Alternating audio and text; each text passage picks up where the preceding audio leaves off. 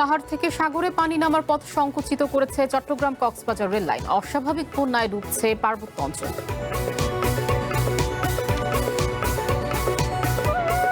বন্যা ও পাহাড় ধসে চট্টগ্রামে মৃত্যু ছাড়িয়েছে অর্ধশত। রাজধানীতে আজও দুর্ভোগ, স্থায়ী সমাধানের আশ্বাস প্রশাসকের।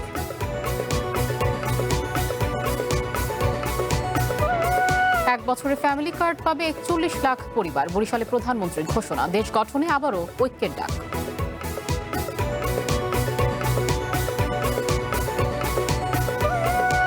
শেখ হাসিনাকে কূটনৈতিক উপায়ে ফেরানোর প্রক্রিয়া চলছে। আত্মসমর্পণ করলে আইনি ব্যবস্থা, বললেন পররাষ্ট্র প্রতিমন্ত্রী।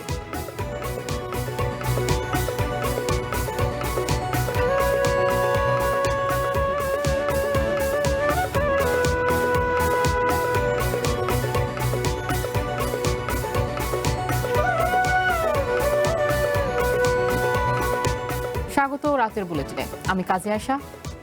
আমি লিনিয়া আফরোজ। শুনছিলেন শিরোনামগুলো, এবারে পুরো খবর। একদিকে পাহাড়, অন্যদিকে সাগর। পাহাড়ের ঢল সহজেই সাগরে নেমে যাওয়ার কথা, অথচ কয়েক বছর ধরে অস্বাভাবিক বন্যায় ডুবছে চট্টগ্রামের বিস্তীর্ণ পার্বত্য অঞ্চল। বিশেষজ্ঞরা বলছেন এই বিপর্যয়ের মূলে আছে চট্টগ্রাম কক্সবাজার রেল লাইন। প্রায় ১০০ কিলোমিটার দীর্ঘ এই রেল লাইন পাহাড় থেকে সাগরে পানি নামার পথ সংকুচিত করেছে। এর ফলে বছর বছর ডুবছে কক্সবাজার ও পার্বত্য চট্টগ্রাম।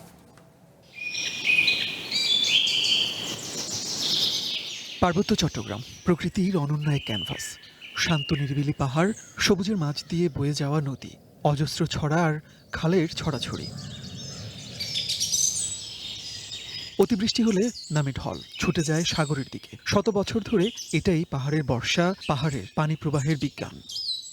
কিন্তু গত কয়েক বছর ধরে এখানটাতেই ব্যত্যয়। বর্ষা মৌসুম এলেই বন্যায় ডুবে যায় বান্দরবন, রাঙামাটি, খাগড়াছড়ি ও কক্সবাজারের বিস্তীর্ণ অঞ্চল। পাহাড়, নদী, খাল আর সাগরের দারুণ পানি নিষ্কাশন ব্যবস্থা থাকার পরও কেন এই বিপর্যয়? জলবায়ু প্রভাব, বৃষ্টির তীব্রতা, অল্প সময়ে অনেক বেশি বৃষ্টিপাত, প্রাকৃতিক এই কারণগুলো তো আছেই, কিন্তু পাহাড়ে বন্যার মূলে একটা রেল লাইন, যা পাহাড় আর সাগরের মাঝে প্রাচীর হয়ে দাঁড়িয়েছে। পর্যটন নগরীর সাথে যোগাযোগের সুবিধায় চট্টগ্রাম থেকে কক্সবাজার পর্যন্ত ১০৩ কিলোমিটার নতুন রেল লাইন নির্মাণ করা হয়। সিঙ্গেল লাইন ডুয়েল গেজ এই রেল পথে কর্ণফুলী, শঙ্খ, মাতামুহুরী ও বাঁকখালী নদীর উপর ৪টি সেতু, ৩৫টি মাঝারি সেতু ও ১৩৫টি কালভার্ট করা হয়েছে। বিশেষজ্ঞরা বলছেন, আড়াআড়িভাবে তৈরি দীর্ঘ রেলপথ পাহাড়ের ঢল আটকে দিচ্ছে, তৈরি করছে বন্যার মতো বিপর্যয়। ১০০ বছরের বন্যার ইতিহাস বিবেচনা করে রেলপথটা করা হয়েছে, কিন্তু এটা বন্যার প্রশ্ন না, প্রশ্নটা হলো ঢলের প্রশ্ন। ঢল এবং বন্যার মধ্যে একটা পার্থক্য আছে।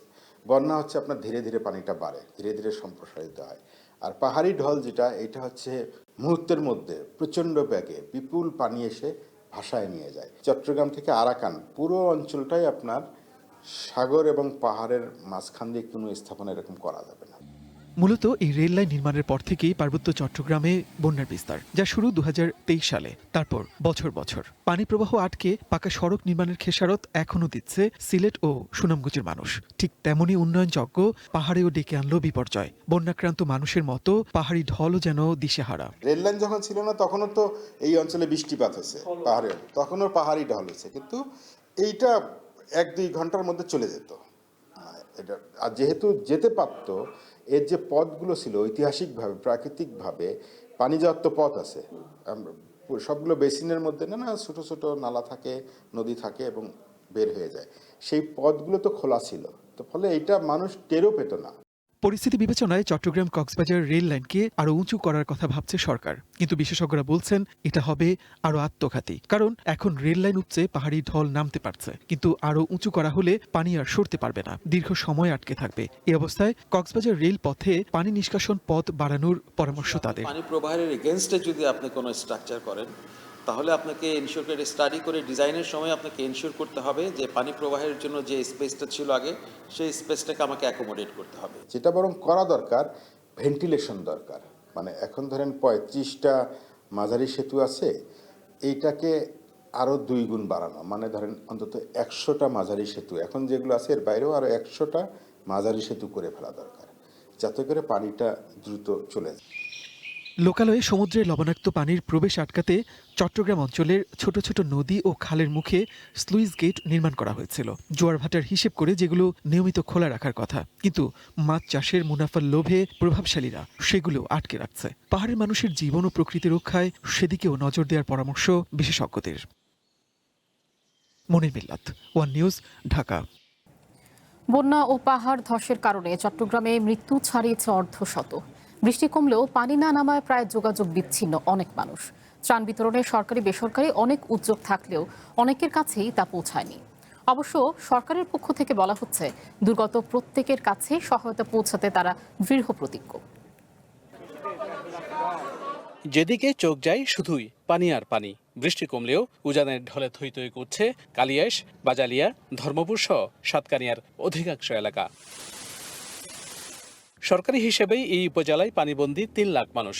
এছাড়া পুরো জেলায় এ সংখ্যা ৮ লাখেরও বেশি। অনেক এলাকায় বিদ্যুৎ নেই, খাবার সংকটেও আছেন অনেকে। পানির ওর উঠতে নিলে আর গর্ব হয়তো ডুবা আর ধন সম্পদ শেষ হয়ে যায়। এই সঙ্গে হালানো যদি উৎসগরি ফার্ক যদি বাঁধে আর কোনো অসুবিধা নেই।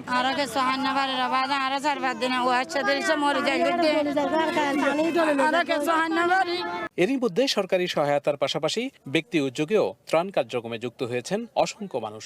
এখানে চাল, ডাল, আলু, পেঁয়াজ, তারপরে তেল, লবণ, এগুলা আর রেডি কিছু ফুড আছে, বিস্কিট, মুড়ি, চানাচুর, তারপরে চিড়া। পানিবন্দী হয়ে ঝুঁকিতে থাকা দুর্গতদের উদ্ধার ও ত্রাণ কার্যক্রমে যোগ দিয়েছে সেনাবাহিনী সহ সরকারি বেসরকারি বিভিন্ন প্রতিষ্ঠান। প্রধানমন্ত্রীর পক্ষে এ কাজ সমন্বয় করছেন প্রতিমন্ত্রী অনিন্দ ইসলাম। তিনি জানিয়েছেন, এই মুহূর্তে দুর্ভোগে থাকা মানুষদের উদ্ধার, পুনর্বাসন ও খাদ্য নিরাপত্তা নিশ্চিত করাটাই সরকারের মূল লক্ষ্য। প্রত্যন্ত অঞ্চলে এই 7 দিনে হয়তো আপনারাও সকলে পৌঁছাতে পারেননি। আমরা প্রতিটা দুর্গত মানুষের কাছে পৌঁছাতে চাই। হয়তোবা কারোর কাছে আগে পৌঁছাতে পারছি, হয়তোবা কারোর কাছে পরে পৌঁছাতে পারছি। বিভিন্ন এনজিও যারা ক্ষুদ্র ঋণ বিতরণ করে, আমরা তাদেরকে অনুরোধ করেছি অন্তত এই সংকট বিবেচনায় তারা জন্য এই জুলাই মাসে তারা ঋণের কিস্তি তারা আদায় করাটা বন্ধ রাখে। বন্যার পানি নেমে গেলে রোগবালাই মোকাবেলায়ও জোর প্রস্তুতি রয়েছে বলে জানিয়েছেন সংশ্লিষ্টরা। একসময় এখানে ছিল ধানসহ নানা ফসলি জমি, ছিল মাছের ঘেরও, কিন্তু বানের পানিতে সব মিলেমিশে একাকার। এ যেন এক বিস্তীর্ণ হাওর। Shahnaz Riton, One News, Satkania, Chattogram. বান্দরবান ও কক্সবাজারে পানি কিছুটা নামতে শুরু করলেও ভেসে উঠছে বন্যার ক্ষতচিহ্ন। সেই সাথে দেখা দিয়েছে খাবার ও সুপেয় পানির তীব্র সংকট। বিচ্ছিন্ন বিদ্যুৎ সরবরাহ, কাজ করছে না মোবাইল নেটওয়ার্কও। এদিকে গাইবান্ধায় 4টি নদীর পানি বাড়ায় তীব্র নদী ভাঙন শুরু হয়েছে। সুনামগঞ্জের সড়ক ভেঙে লোকালয়ে পানি ঢুকছে। বান্দরবানে তলিয়ে যাওয়া বিভিন্ন সড়ক থেকে পানি সরে যাওয়ায় ভেসে উঠেছে ক্ষতচিহ্ন। বিভিন্ন জায়গায় সৃষ্টি হয়েছে বড় বড় গর্ত। রাস্তায় জমে আছে কাদামাটি, কোথাও কোথাও পাহাড় ধসে রাস্তায় পড়ে রয়েছে মাটির স্তূপ। বিদ্যুৎ না থাকায় মোবাইল ফোন নেটওয়ার্ক এবং ইন্টারনেট সেবা থেকে প্রায় বিচ্ছিন্ন বাসিন্দারা। আমরা আছি ঠিকই পানির ভিতরে, কিন্তু কিভাবে আমরা দুর্ভোগভাবে আছি আল্লাহ ভালো জানে। পানির জন্য আমরা খুবই কষ্ট পাচ্ছি, খাওয়ার পানি এবং কি আমরা ঘর দুয়ার পরিষ্কার করার জন্য খুবই কষ্ট পাচ্ছি। রান্নার সুযোগ না থাকায় দুর্গতরা শুকনো খাবার খেয়ে দিন পার করছেন। তবে দুর্গম এলাকাগুলোতে এখনো সরকারি ত্রাণ না পৌঁছানোর অভিযোগ করেছেন ভুক্তভোগীরা। বাসায় খাদ্য নাই, পানি নাই, গৃহ মন্দির মধ্যে আর কি জীবনযাপন পার করতেছি। আমার সাহায্য করার মতন আল্লাহ ছাড়া আর কেউ নেই। দুর্ভোগ কমছে না কক্সবাজারবাসীর। ভারী বর্ষণ ও পাহাড়ি ঢলে এখনো পানিবন্দী লাখো মানুষ। গাইবান্ধায় টানা বৃষ্টিতে তিস্তা, যমুনা ও ব্রহ্মপুত্র, ঘাঘট সহ সবকটি নদ নদীর পানি বাড়ছে। উজানের ঢল আর প্রবল স্রোতের কারণে জেলায় অন্তত 7টি পয়েন্টে শুরু হয়েছে তীব্র নদী ভাঙন। জিও ব্যাগ ফেলে ভাঙন রোধের চেষ্টা করছে পানি উন্নয়ন বোর্ড। শুধু মনকাজে ভাঙতেছে খুব, এই কারণে আমরা পানি হচ্ছে থেকে এই কারণে আমরা চলে আসছি মনকাজে বালশিঘাট। পানি পড়তেছে, টাকাটা আর কি হবে, কাজ করতেছে, এখন পানি যাচ্ছে, উড়ে যাচ্ছে পানি। সুনামগঞ্জের সুরমা, কুশিয়ারা নদীর পানি বৃদ্ধি পাচ্ছে। জগন্নাথপুর উপজেলার রানীগঞ্জে সড়ক ভেঙে পানি ঢুকেছে লোকালয়ে। তাহিরপুর সড়কের 100 মিটার অংশ ডুবে যাওয়ায় যান চলাচল বন্ধ রয়েছে। নদীর প্রবল পানির চাপে ভেঙে দ্বিখণ্ডিত হয়ে আমাদের সাধারণ জনগণের ভোগান্তি বাড়ছে। বাড়ি ঘর পানি আমরা যাতায়াত করতে পারি না, আমরা খুব দুর্গতির মাঝে আছি। যাতায়াত করার সমস্যা দেয়, নাও ঠিক মতো পাওয়া যায় না, আমরা নাও জাল কিংবা কোনো সামর্থ্য নাই, গাড়ি চালাই তো খাই। মৌলভীবাজারে কমছে নদ নদীর পানি, এতে বন্যা পরিস্থিতির উন্নতি হলেও পানি কমার সঙ্গে সঙ্গে দেখা দিয়েছে ভাঙন। কানিজ নুসরাত, ওয়ান, ন্যাশনাল ডেস্ক। ভারী বৃষ্টিতে আজও ভোগান্তিতে পড়েছে রাজধানীবাসী। বিমানবন্দর সড়কে জলাবদ্ধতায় যাত্রীদের দুর্ভোগ পোহাতে হয়েছে। এই অবস্থায় দুদিন পর আবারও ভারী বৃষ্টির পূর্বাভাস দিয়েছে আবহাওয়া অফিস। অন্যদিকে পার্বত্য জেলায় বন্যা পরিস্থিতির উন্নতি হলেও সিলেট, ময়মনসিংহ, রংপুরে নতুন করে বন্যার আশঙ্কা করছে বন্যা পূর্বাভাস কেন্দ্র। ক্যালেন্ডারের পাতায় এখন বর্ষাকাল। আষাঢ়ের বাঁধ ভাঙা এই বৃষ্টি হয়তো আরেকটু নান্দনিক হতে পারত, কিন্তু টানা কয়েকদিনের বৃষ্টি এখন বিরক্তির কারণ বেশিরভাগ মানুষের কাছে। অতিবৃষ্টিতে রাজধানীর ঢাকার ভোগান্তি বেড়ে যায় অনেকখানি। টানা বৃষ্টি কমিয়ে দিয়েছে স্বাভাবিক কাজের গতি। সবচেয়ে বেশি সংকটে দিনমজুর ও নিম্ন আয়ের মানুষ। কাজ না থাকায় ভিড় বেড়েছে ভালো কাজের হোটেলের মতো বিনামূল্যের খাবারের সারিতে। যারা আমাদের এখানে প্রতিদিন খায় এবং তারা তো আসেই, এর পাশাপাশি যারা না খায়, আমাদের এখানে প্রতিদিন খায় না, যেখানে কর্ম করে ওইখানেই খায় এবং এই কর্মস্থলে যেতে পারে না বিধায় আমাদের এখানে আসছে। যানজটের ভোগান্তি এই শহরের মানুষের নিত্যসঙ্গী, কিন্তু গত দুদিন ধরে বিমানবন্দর সড়কের বনানী অংশের ভোগান্তি যেন শেষই হচ্ছে না। এখনো আধা ডুবন্ত সড়কে রীতিমতো হামাগুড়ি দিয়ে চলছে যানবাহন, আর তাতেই তৈরি হচ্ছে জলজটের যানজট। পানিটার জন্যই সমস্যা। আজকে 4 দিন পরে গাড়ি চালাইতে পারছি, 4 দিন কোনো ইনকাম নাই। ওনাদেরকে আমরা ফোকাস করার চেষ্টা করতেছি পানির মধ্যে নেমে, যে হ্যাঁ আপনারা এই দিক দিয়ে যেতে পারবেন, এখানে কোনো গর্ত নাই, এখানে এই পরিমাণ পানি আছে। তখন ওনারা সাহস পেয়ে ওই পানির মধ্যে দিয়ে আমরা ট্রাফিকটাকে নিয়ন্ত্রণ করতেছি। নিউ মার্কেটে এখনো জমে আছে পানি, আর ভোগান্তিতে কর্তৃপক্ষের উপর ক্ষুব্ধ ব্যবসায়ী ও এলাকাবাসী। আমরা কালকে দোকান খুলতে পারি না বৃষ্টির বেগা, আজকে এই অবস্থা। আজকে লোকজন নয়, ব্যবসা বাণিজ্য নাই। কয় টাকা বেচি? 2000-2500 টাকা বেচি, দোকান খরচ আছে 4-5 টাকা। আবহাওয়া অধিদপ্তর বলছে 110 মিলিমিটার বৃষ্টি হয়েছে রবি থেকে সোমবার সকাল পর্যন্ত, যা এবছর সর্বোচ্চ। দুদিন হালকা বৃষ্টি হলেও বৃহস্পতিবার থেকে আবারও ভারী বৃষ্টির শঙ্কার কথা জানিয়েছে অধিদপ্তর। বৃষ্টিপাতের তীব্রতা আজকে থেকে 15ই জুলাই পর্যন্ত তীব্রতা কম থাকবে। 16 তারিখ থেকে মৌসুমী বায়ু সক্রিয় থাকার কারণে পুনরায় বৃষ্টিপাতের তীব্রতা বৃদ্ধি পেতে পারে। পার্বত্য জেলাগুলোয় বন্যা পরিস্থিতির উন্নতি হলেও সিলেট, ময়মনসিংহ ও রংপুরে বন্যার আশঙ্কার কথা জানিয়েছে বন্যা পূর্বাভাস ও সতর্কীকরণ কেন্দ্র। সিলেট, সুনামগঞ্জ জেলার নিম্নাঞ্চলে বন্যা পরিস্থিতির কিছুটা অবনতি হতে পারে। একই সাথে ময়মনসিংহ বিভাগের নেত্রকোনা, শেরপুর, ময়মনসিংহ ইত্যাদি জেলার নিম্নাঞ্চলে স্বল্পমেয়াদী বন্যা পরিস্থিতি সৃষ্টি হতে পারে।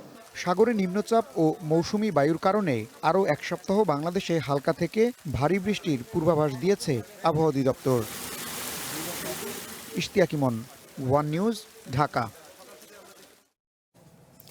অতিবৃষ্টি আর জলাবদ্ধতায় এবার রাজধানীবাসীর ভোগান্তি হলেও সিটি কর্পোরেশনের দীর্ঘমেয়াদী প্রকল্প চলমান থাকায় আগামীতে এর স্থায়ী সমাধান হবে, এমন প্রত্যাশার কথা জানিয়েছেন ঢাকা দক্ষিণ সিটি কর্পোরেশনের প্রশাসক আব্দুস সালাম। বিকেলে ঢাকা বিশ্ববিদ্যালয়ের কুয়েত মৈত্রী হল, ফজিলাতুন্নেসা মুজিব হল সহ 3টি আবাসিক হলের জলাবদ্ধতা নিরসন পরবর্তী পরিস্থিতি পরিদর্শন শেষে তিনি সাংবাদিকদের এসব কথা বলেন। প্রশাসক জানান, নিউ মার্কেট ও ধানমন্ডি এলাকায় জমাট বাঁধা পানি বের হয়ে যাওয়ার পথ বন্ধ, তাই জলাবদ্ধতা হচ্ছে। এছাড়া নগরীতে অপরিকল্পিতভাবে খাল বিল ভরাট করায় জলাবদ্ধতা বেড়েছে বলে উল্লেখ করেন আব্দুস সালাম। আমরা বিশ্বাস করি এইবারে বর্ষায় কিছুটা ভোগান্তি হলেও আগামী বর্ষায় আমাদের এলাকার, আমাদের মেয়েরা, বোনরা যারা আছেন, এই এলাকার জনগণ যারা আছেন, তাদেরকে অন্তত এই ভোগান্তি থেকে আমরা রক্ষা করতে সক্ষম হব। তবে আমরা পাশাপাশি যেটা বলবো যে আসলে সবাইকে একটু সচেতন হতে হবে। আগামী 1 বছরে 41 লাখ পরিবারকে ফ্যামিলি কার্ডের আওতায় আনা হবে বলে জানিয়েছেন প্রধানমন্ত্রী তারেক রহমান। সকালে বৃষ্টি উপেক্ষা করে বরিশালে বৃক্ষরোপণ কর্মসূচির উদ্বোধন করেন প্রধানমন্ত্রী। এ সময় দেশ গঠনে আবারও ঐক্যের ডাক দেন তিনি। দল মত নির্বিশেষে সবাইকে এগিয়ে আসার আহ্বান জানিয়ে তারেক রহমান বলেন, শুধু গাছ লাগালেই হবে না, পরিচর্যাও করতে হবে। নির্বাচনী ইশতেহার বাস্তবায়নে বরিশালের গৌরনদী উপজেলায় 600 জন নারীকে দেওয়া হয়েছিল ফ্যামিলি কার্ড। উপকারভোগী এই নারীদের সাথে মতবিনিময় করেন প্রধানমন্ত্রী তারেক রহমান। প্রধানমন্ত্রী বলেন, দেশকে এগিয়ে নিতে হলে নারীদের স্বাবলম্বী করতে হবে। ফ্যামিলি কার্ড নারীদের অগ্রযাত্রায় গুরুত্বপূর্ণ ভূমিকা রাখবে বলে জানান তারেক রহমান। বলেন, এই দেশ সকল মানুষের, দলমত নির্বিশেষে দেশকে এগিয়ে নেওয়ার আহ্বান জানান প্রধানমন্ত্রী। প্রত্যেকটি উপজেলায় গড়ে প্রায় 7,000 পরিবারের কাছে, প্রত্যেকটি সারা বাংলাদেশের প্রত্যেকটি উপজেলায় আমরা 7,000 পরিবারের কাছে গড়ে আমরা ফ্যামিলি কার্ড পৌঁছে দেব। নারীরা বা মায়েরা যাতে অর্থনৈতিকভাবে স্বাবলম্বী হতে পারে, সেই জন্য এই ফ্যামিলি কার্ড আমরা দিয়েছি। এর আগে বৃক্ষরোপণ কর্মসূচি উদ্বোধন করেন তারেক রহমান। বরিশালের মাটি ও পরিবেশ উপযোগী নারিকেল, আমরা, নিম সহ বেশ কিছু জাতের চারা রোপণ করেন। পরে সেখানে সংক্ষিপ্ত বক্তব্যে প্রধানমন্ত্রী বলেন, সারা বিশ্বেই পরিবেশ বিপর্যয় হচ্ছে, বাংলাদেশে এর প্রভাব আরো বেশি। দেশকে রক্ষা করতে হলে গাছ বাঁচাতে হবে। 20 কোটি মানুষের দেশ, আমাদের যে পরিমাণ গাছ থাকা প্রয়োজন সেই পরিমাণ গাছ সারা বাংলাদেশে নেই। এই সমস্যাগুলো যদি আমাদেরকে সমাধান করতে হয় বা এই সমস্যার কষ্টটা যদি কমিয়ে আনতে হয়, আমাদেরকে সারা বিশ্বে অনেক গাছ লাগাতে হবে। সরকার একা দেশের পরিবেশ বিপর্যয় মোকাবেলা করতে পারবে না উল্লেখ করে তারেক রহমান বলেন, সংকট সমাধানে সবাইকে ঐক্যবদ্ধভাবে কাজ করতে হবে।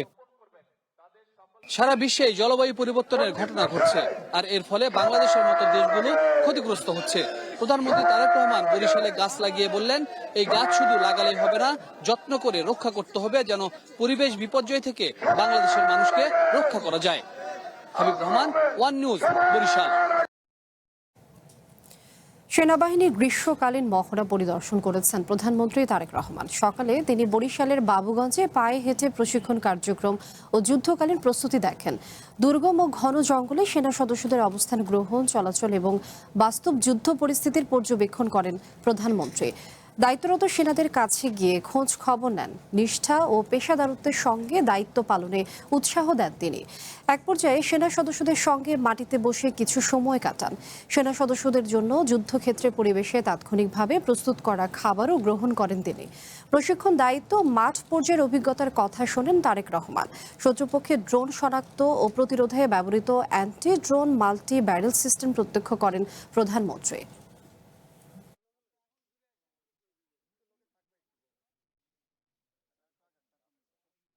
বাংলাদেশের মানুষ কিন্তু বাংলাদেশের সশস্ত্র বাহিনীকে নিয়ে সবসময় গর্ববোধ করে।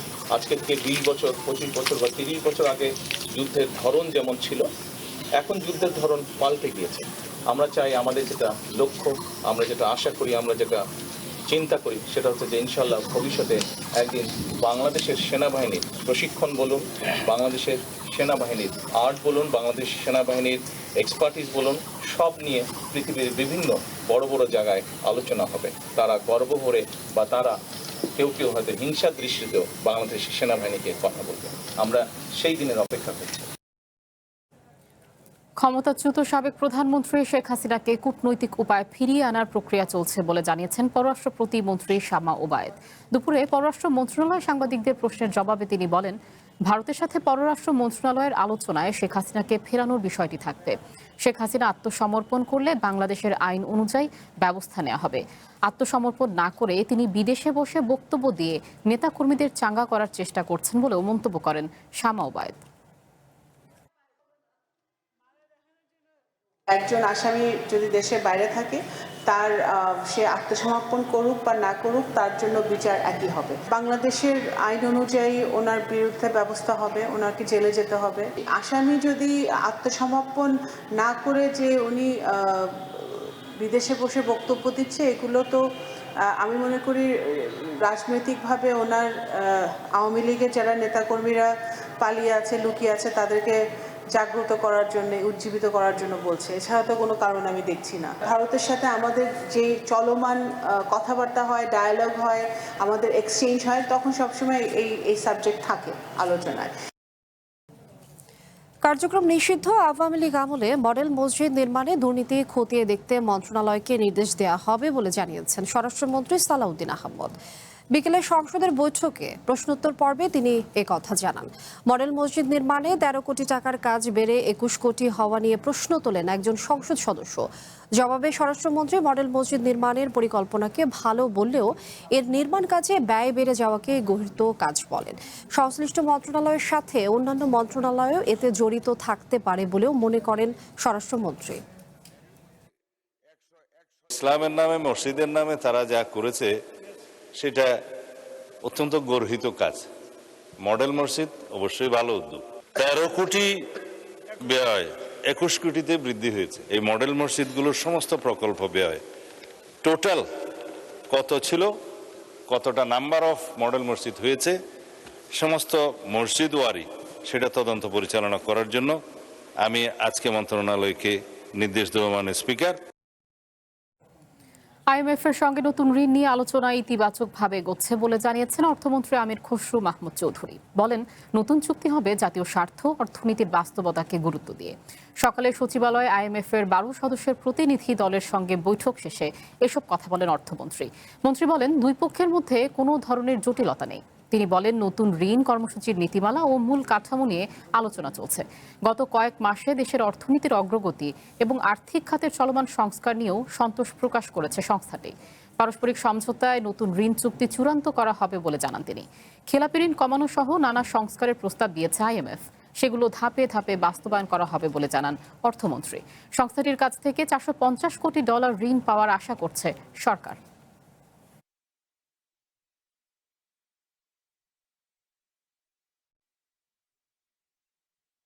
আমরা আজকে কোন ভিত্তির উপর আমার প্রোগ্রাম হবে, ভিত্তিটা পরিষ্কার করছি। আমি যেগুলো বললাম এইসব ভিত্তির উপরে তারা রাজি হয়েছে এবং দে আর হ্যাপি অ্যাবাউট পারফরমেন্স যেগুলো হচ্ছে এই পর্যন্ত, তারা হ্যাপি। এবং যে ভিত্তির উপর আমি মেনশন করলাম একটু আগে, তার উপর ভিত্তি করে আগামী দিনের প্রোগ্রামটা হবে।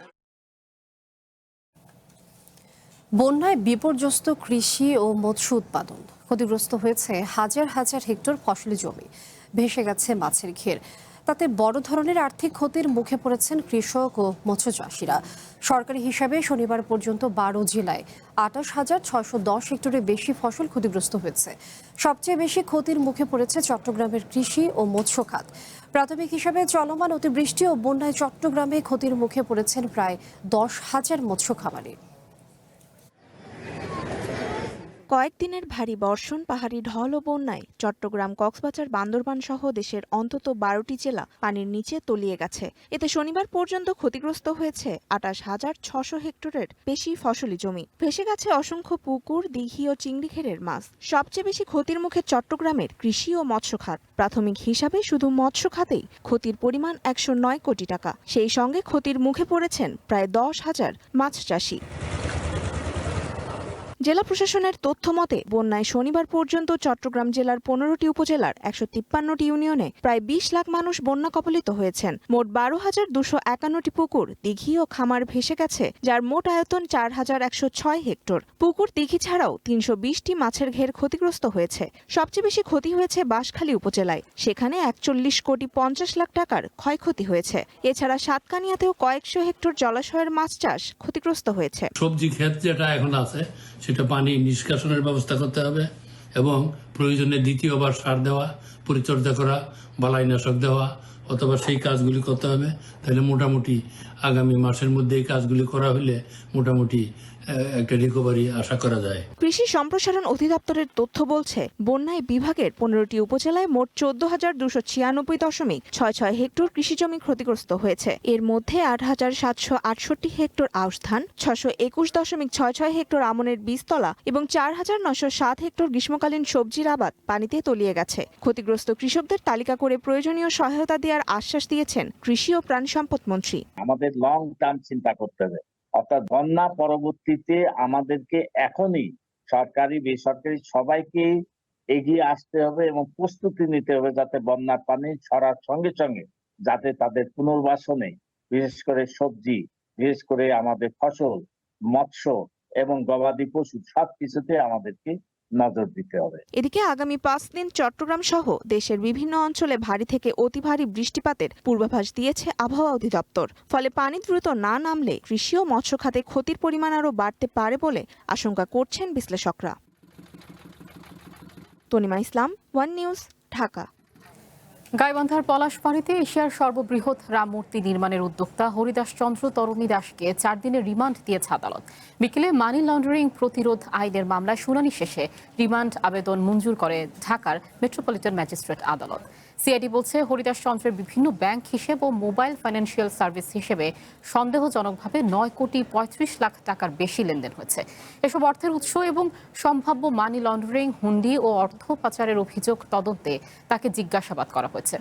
তবে আদালতে হরিদাস চন্দ্র নিজেকে নির্দোষ দাবি করে বলেন তিনি একজন কৃষক ছিলেন এবং বর্তমানে মন্দির পরিচালনা করেন। গত 12 জুলাই রাত 11:30টার দিকে সিআইডির একটি বিশেষ দল অভিযান চালিয়ে তাকে গ্রেপ্তার করে। পরে উত্তরা পশ্চিম থানায় দায়ের করা মানি লন্ডারিং প্রতিরোধ আইনের মামলায় তাকে গ্রেপ্তার দেখানো হয়। উভয় পক্ষের শুনানি অন্তে সন্তুষ্ট হয়ে বিজ্ঞ আদালত এই আসামিকে 4 দিনের রিমান্ড প্রার্থনা মঞ্জুর করেন। এই মামলায় এই আসামির বিরুদ্ধে মোট 9,35,00,000 টাকা মানি লন্ডারিং এর অভিযোগ আনয়ন করা হয়েছে। মানি লন্ডারিং আইনের সংজ্ঞার সাথে এজাহারের কোনো মিল পাইনি। আমরা রাষ্ট্রপক্ষকে আমরা বিজ্ঞ আদালতকে সমস্ত কথা বলেছি। পরবর্তীতে আমরা জানতে পেরেছি যে ওনাকে আসামিকে নাকি 4 দিনের রিমান্ড দিয়েছে, যেটা আমরা ওপেন কোর্টে শুনিনি, আমরা লোকমুখে শুনতে পেরেছি। 2030 সালের মধ্যে কমপক্ষে 30% যানবাহনকে ইলেকট্রিক মোটরযানে রূপান্তরের লক্ষ্যমাত্রা ঠিক করা হয়েছে বলে জানিয়েছেন সড়ক পরিবহন ও সেতু মন্ত্রী শেখ রবিউল আলম। বিকেলে সংসদের বৈঠকে তিনি জানান, জ্বালানি তেলের ব্যবহার ও পরিবেশ দূষণ কমাতে শিক্ষা প্রতিষ্ঠানের জন্য বিনা শুল্কে এবং অন্যান্য ক্ষেত্রে 15% শুল্কে পরিবেশ বান্ধব ইলেকট্রিক বাস আমদানির প্রকল্প নেওয়া হয়েছে। 2030 সালের মধ্যে 3.4 মিলিয়ন টন কার্বন ডাই অক্সাইডের নিঃসরণ নিঃশর্তভাবে হ্রাস করার অঙ্গীকার করা হয়েছে। 30% ইলেকট্রিক মোটরযান ক্যাটাগরিতে রূপান্তরিত করার লক্ষ্যমাত্রা নির্ধারণ করা হয়েছে। জ্বালানি তেলের ব্যবহার ও পরিবেশ দূষণ হ্রাসকল্পে পরিবেশ বান্ধব সম্পূর্ণ নতুন ইলেকট্রিক বাস নিবন্ধিত শিক্ষা প্রতিষ্ঠানের জন্য বিনা শুল্কে এবং অন্যান্য ক্ষেত্রে সর্বসাকুল্যে মাত্র 15% শুল্কে আমদানির প্রস্তাব অনুমোদন করা হয়েছে। দলের প্রশাসনিক কাজ করতে পারবেন না তৃণমূল নেত্রী মমতা বন্দ্যোপাধ্যায়। দলের নামে তিনি কোনো নির্দেশ ও দিতে পারবেন না। বিদ্রোহী নেতা ঋতুব্রতের সাথে বিরোধের জেরে এই নির্দেশ জারি করেছে আলিপুর আদালত। আদালতের বরাত দিয়ে আনন্দবাজারের খবর বলছে, মমতা সহ কালীঘাট তৃণমূলের নেতারা দলের পদাধিকারী হিসেবে পরিচয় দিতে পারবেন না, পরিচালনা করতে পারবেন না দলের ব্যাংক অ্যাকাউন্টও, এমনকি দলের নথিপত্র বা সম্পত্তি নিয়েও কোনো পদক্ষেপ নেয়ার এখতিয়ার থাকবে না মমতার। এর আগে মমতা দলের তহবিল অন্যত্র সরিয়ে ফেলতে পারেন এই শঙ্কায় আলিপুর আদালতে মামলা করেন জুঁই বিশ্বাস নামে এক নেত্রী। এরপরে তৃণমূলের আসল সভাপতি, সাধারণ সম্পাদক কে তা নির্বাচনের জন্য শুনানি হবে বলে জানায় আদালত। অন্তর্বর্তী নির্দেশ হিসেবে মমতার প্রশাসনিক কাজে নিষেধাজ্ঞা দেওয়া হলো।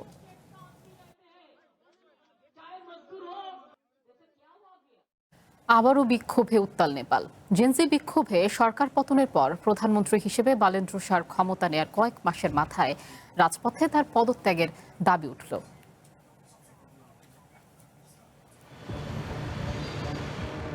গত সপ্তাহে নেপালের কাঠমান্ডুতে গায়ে আগুন দিয়ে আত্মহত্যা করেন 25 বছর বয়সী এক রাইড শেয়ারিং চালক। পুলিশের মোটরসাইকেল জব্দ করার প্রতিবাদে এমন সিদ্ধান্ত নেন তিনি।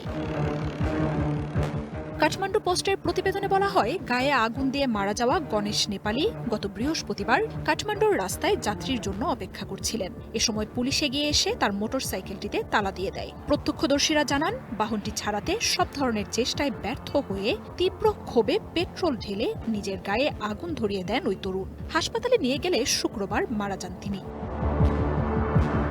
এদিকে নেপালের মৃত্যুতে আবারও রাজপথে নেমেছে দেশটির তরুণ প্রজন্ম। মাত্র কয়েক মাস আগেই দায়িত্বে আসা প্রধানমন্ত্রী বালেন্দ্র শাহের সরকারের কাছে এই ঘটনার জবাবদিহি চাইছেন তারা। সদ্যই ক্ষমতা নেয়া এই প্রধানমন্ত্রীর পদত্যাগের দাবিও উঠছে। বেকারত্বের চাপে জর্জরিত দেশটিতে রবিবার রাজধানীর সিংহ দরবারে শত শত মানুষ বিক্ষোভে নামেন। গরিবের বিরুদ্ধে নিপীড়ন বন্ধের স্লোগানে উত্তাল হয়ে ওঠে চারপাশ। অবৈধভাবে গ্রেপ্তার বন্ধ, বালেন্দ্র শাহ সরকারের উচ্ছেদ করা উদ্বাস্তুদের পুনর্বাসনের মতো দাবি ওঠে সেখানে। স্থানীয় বেশ কিছু গণমাধ্যমের দাবি, 2022 সালে বালেন্দ্র শাহ কাঠমান্ডুর মেয়রের দায়িত্ব গ্রহণের পর থেকেই সিটি পুলিশের দমনপীড়ন বেড়েছে। আইনি গণ্ডি পেরিয়ে ট্রাফিক সহ নানা বিষয়ে পুলিশের অযাচিত হস্তক্ষেপ ও কঠোর পদক্ষেপের অভিযোগও উঠছে। বেকারত্বের চাপ, সরকারের দুর্নীতি ও বিলাসিতার মতো নানা কারণে গত সেপ্টেম্বরে জেনজি বিক্ষোভে পতন ঘটে তৎকালীন প্রধানমন্ত্রী কেপি শর্মা ওলির। গত মার্চে তরুণ প্রজন্মের সমর্থন নিয়ে ক্ষমতায় আসেন বালেন্দ্র শাহ। তবে তরুণদের মধ্যে নতুন স্বপ্ন ও আশা দেখাতে তিনিও ব্যর্থ হয়েছেন বলে দাবি করছেন অনেকে। মার্জিয়া উপমা, ওয়ান ইন্টারন্যাশনাল ডেস্ক। ইরানে আবারও হামলা চালিয়েছে আমেরিকা। বেসামরিক স্থাপনা সহ বিস্ফোরণ হয়েছে বন্দর আব্বাস, সিরিক ও জাস্ক বন্দর নগরী এবং কেশুম দ্বীপে। আমেরিকার দাবি, হরমুজে তেহরানের হামলার জবাব দিচ্ছে তারা। ইরান আগ্রাসী হলে তারা কঠোর জবাব দেওয়ার হুঁশিয়ারি দিয়েছেন নেটোতে আমেরিকার রাষ্ট্রদূত ম্যাথিউ হুইটেকার। এদিকে আমেরিকার হামলার জবাবে বাহরাইন, কুয়েত ও জর্ডানে আমেরিকার সামরিক ঘাঁটি ও স্থাপনা লক্ষ্য করে হামলা অব্যাহত রেখেছে ইরান। পাল্টাপাল্টি হামলায় বিশ্ববাজারে বেড়েছে জ্বালানি তেলের দাম। হরমুজের নিয়ন্ত্রণ নিয়ে বিবাদের জেরে আবারও আমেরিকার নিশানায় ইরানের বেসামরিক স্থাপনা। মাহশারে একটি পানির পাম্পে আমেরিকার বোমা হামলায় একজন নিহত হয়েছে, আহত হয়েছে বেশ কয়েকজন। ক্ষতিগ্রস্ত হয়েছে খুজেস্তান প্রদেশের 8টি শহর। ইরানের সংবাদ মাধ্যম জানিয়েছে, বন্দর আব্বাস ও কাছের কেশম দ্বীপের আশপাশে ক্ষেপণাস্ত্র হামলা ও বিকট বিস্ফোরণ ঘটেছে। তেহরানের মিসাইল ও আকাশ প্রতিরক্ষা ব্যবস্থা দুর্বল করতেও হামলা করা হয়। সেই সাথে আইআরজিসির নৌযান লক্ষ্য করেও হামলা চালিয়েছে ওয়াশিংটন।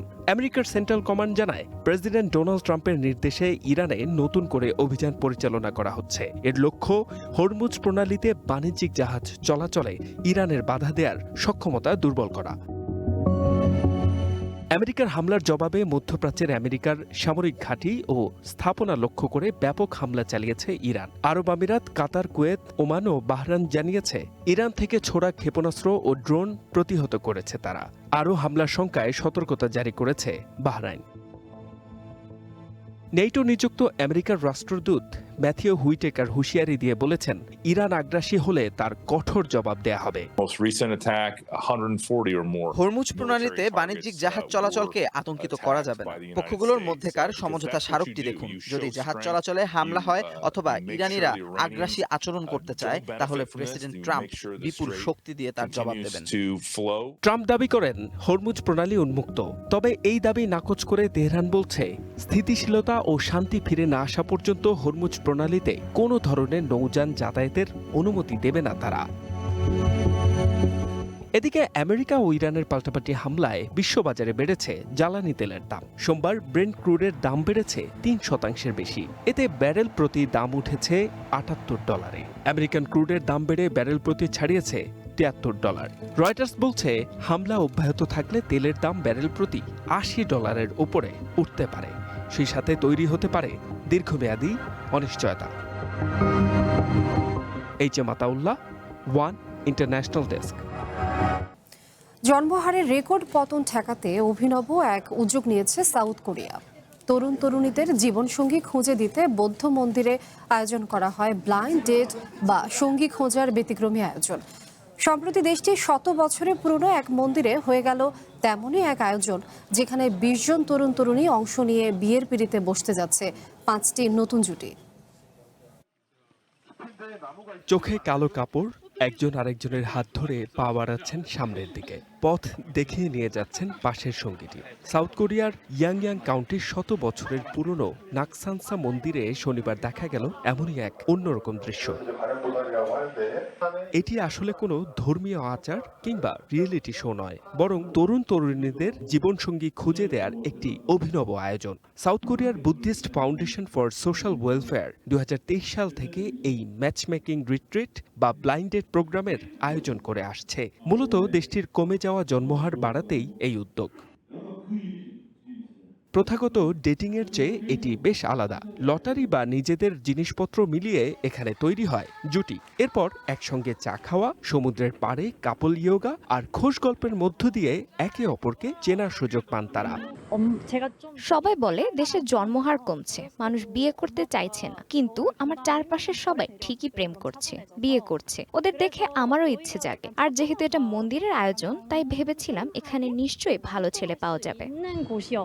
সাধারণ মানুষের মাঝে এই আয়োজনের জনপ্রিয়তা এখন আকাশচুম্বী। মাত্র 20টি আসনের বিপরীতে এবার আবেদন করেছিলেন রেকর্ড 4225 জন তরুণ তরুণী।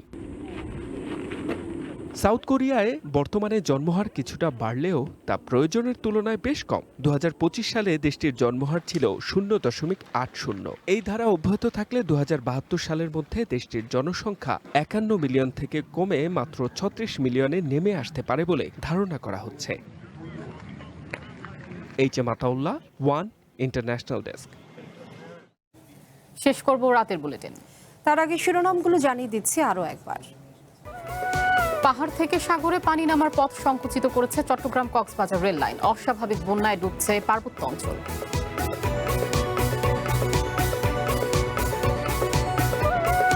বন্যা ও পাহাড় ধসে চট্টগ্রামে মৃত্যু ছাড়িয়েছে অর্ধশত। রাজধানীতে আজও দুর্ভোগ, স্থায়ী সমাধানের আশ্বাস প্রশাসকের।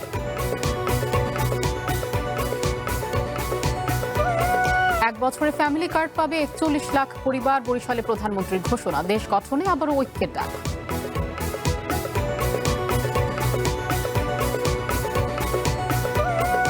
শেখ হাসিনাকে কূটনৈতিক উপায়ে ফেরানোর প্রক্রিয়া চলছে। আত্মসমর্পণ করলে আইনি ব্যবস্থা, বললেন পররাষ্ট্র প্রতিমন্ত্রী।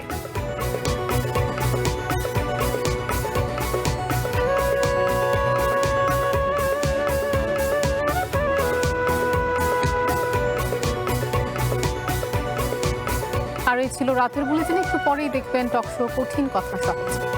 চ্যানেল ওয়ানের সাথে থাকুন। এতক্ষণ সাথে থাকার জন্য ধন্যবাদ।